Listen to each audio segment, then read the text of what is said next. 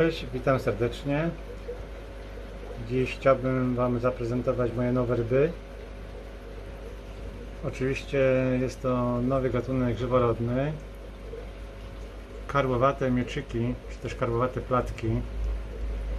Nazwane są platkami Catemaco, a po łacinie nazywają się Xiphophorus milleri Catemaco. Ryby pochodzą z Meksyku, są endemiczne dla tego jeziora i jego dopływów. Dorastają maksymalnie do 3 cm. Często to są 2 cm.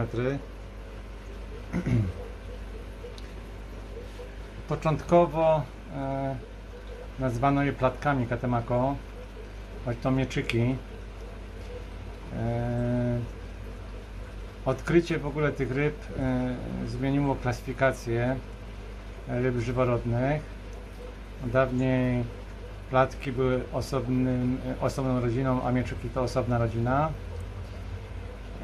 Natomiast te rybki wykazują zarówno cechy platek, jak i mieczyków, no i spowodowały zmianę tej systematyki i teraz dlatego nazywają się Xiphophorus, czyli tak naprawdę platki to mieczyki. No jedne są bardziej platkowate, drugie mniej. Najbardziej platkowate no to Maculatus według mnie. Variatus no już dużo mniej, dużo bardziej przypominają one mieczyki.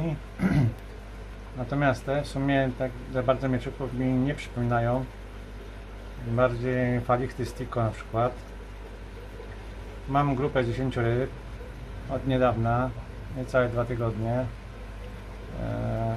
Czekam aż się rozmnożą. Ale jeszcze co do właśnie tej laguny Catemaco, bo nie pokazałem Wam, jak ona wygląda. Możecie sobie ją zobaczyć teraz.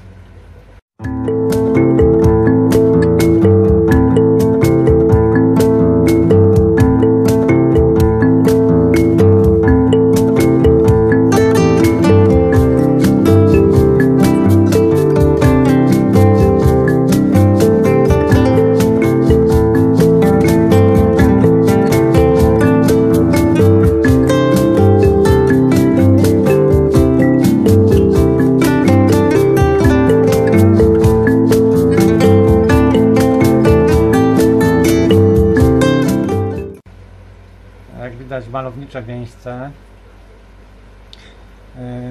Jeżeli chodzi o wymagania tych ryb, to preferują temperaturę między 24 a 28 stopni.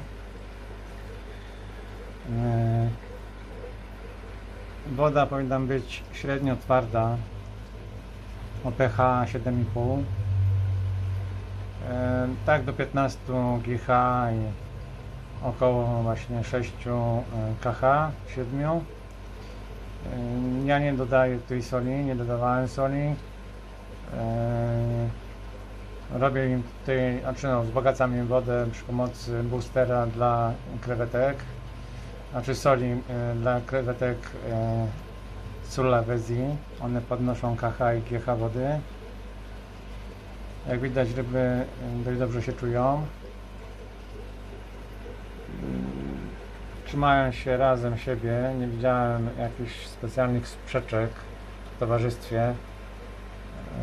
Typowo ławicowa ryba.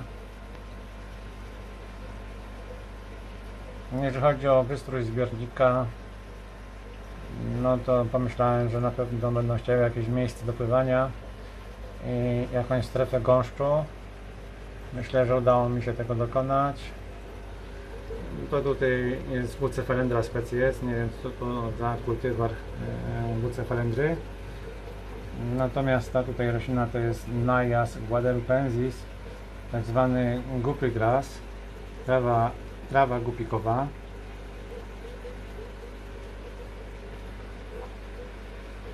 Jeżeli chodzi o karmienie, no jak widzicie jest to mała ryba, więc karma musi być dostosowana do ich rozmiaru. Ja teraz im tutaj dałem booster dla gupików. No, coś takiego. Oprócz tego podaję mrożonego oczwika, drobną rozwielitkę przez sitko przesianą. To, co wylatuje z sitka numer 2, no to podaję. Taki typowy zestaw do Artemii ma 4 sitka, od najgrubszego do najdrobniejszego. Ja liczę od tego najgrubszego jako 1, 2 to jest to trochę drobniejsze, no i to, co wylatuje, to w zasadzie pozostaje na sitku numer 3, ale ja tą drobniejszą frakcję też tutaj daję. Mam nadzieję, że dobrze się wyraziłem i jest to zrozumiałe, co mówię. Podłoże zbiornika oczywiście żwirowate. Mały filterek gąbkowy, natleniający przy okazji. A raczej nie tyle natlenia, taki filterek puszczałem z bąble, co wywołuje ruch wody. Jak widać, dość żywe rybki. Znaczy może nie jakoś gigantycznie żywe, ale no, cały czas się poruszają tutaj w akwarium.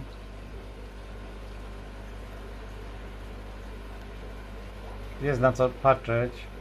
Oczywiście chyba nie muszę tłumaczyć, że powinny być trzymane same.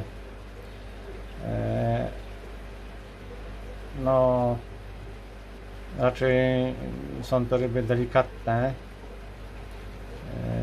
należące do naprawdę małych gatunków żyworodnych, a z doświadczenia wiem, że no, łączenie ich z innymi gatunkami ryb nie jest skazane. Albo one zostaną zdominowane, albo zdominują te inne rybki. Nie mówiąc już o jakichś większych gatunkach oczywiście. Bardzo naprawdę wdzięczny gatunek ryby.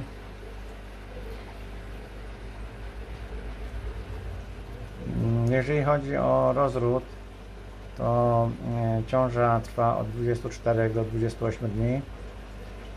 W miocie, co ciekawe, potrafi się urodzić od 15 do aż 50 młodych, co jest zaskakujące jak na tak drobną rybkę.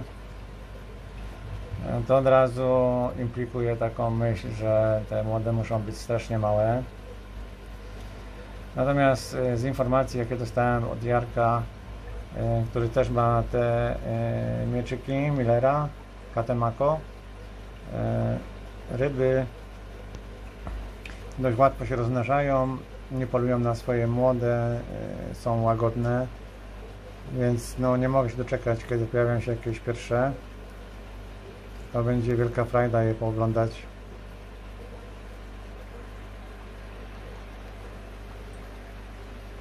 Mam nadzieję, że uda mi się na tyle je rozmnożyć, że w przyszłym roku będę mógł komuś je wysłać do Polski.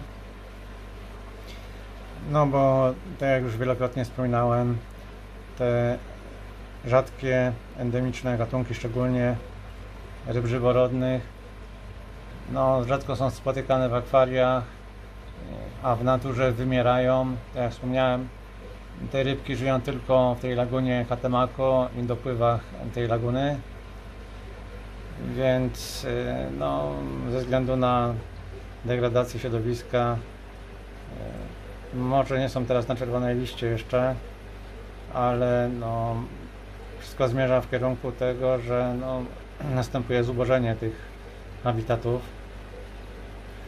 Takie rybki to są pierwsze zwierzęta, które wymrą i bez braci akwarystycznej, która je namnaża, raczej nie mają szans, no bo nie stanowią żadnej wartości przemysłowej. Jedynie są ciekawostką i oczywiście składnikiem fauny, ale no, ludzie akurat tam, którzy mieszkają, no, nie mają aż takiego, nie cierpią na taką estymę dla zwierząt. No i w związku z tym, no poza tym bieda, która tam panuje, no i wszechobecna korupcja doprowadzają do tego, że no, z różnych powodów dochodzi do degradacji właśnie środowiska tych ryb i nie tylko ryb, a także, o kurczę, straciłam ostrość, także roślin i innych zwierząt. No ale najpierw giną takie małe, drobne rybki, które no, nie rzucają się w oczy, nie stanowią atrakcji wędkarskiej, nie są też jakoś oszałamiająco kolorowe. Oczywiście na zdjęciach Glazera no, troszkę chyba tam Photoshop też pracuje na tej okładce, patrząc na... A mam dużo ryb, które były na okładce Glazera. Porównując to, co jest na okładce z tym, co jest w rzeczywistości, no to tak czasem jakby porównywać te hamburgery ze zdjęć z tym, co się kupuje w Macu. No, ale trochę odbiegłem. Urzekają mnie te rybki. Jak tylko je zobaczyłem, to od razu chciałem je mieć. Początkowo myślałem, że ten gatunek jest wielkości mieczyków pigmei, ale jest dużo, dużo mniejszy. Bardzo się cieszę, że je posiadam. No teraz trzeba czekać tylko, kiedy pojawi się na rybek. Ciekaw jestem, jak bardzo jest mały. No cóż, na dzisiaj to będzie wszystko. Dopiero zaczynam obserwować te rybki, więc z pewnością ukażą się jakieś upgrade'y na temat tych ryb. Natomiast na chwilę obecną podzieliłem się z Wami informacjami, które sam posiadam. Jeszcze raz bardzo się cieszę, że mam te ryby i że mogę Wam o tym powiedzieć i pokazać Wam je, bo to taki mały rarytas, jeżeli chodzi o nanoakwarystykę, no i jeżeli chodzi o ryby żyworodne. A na dzisiaj, tak jak wspomniałem, to już wszystko. Pozdrawiam serdecznie i zapraszam do kolejnego filmu. Cześć!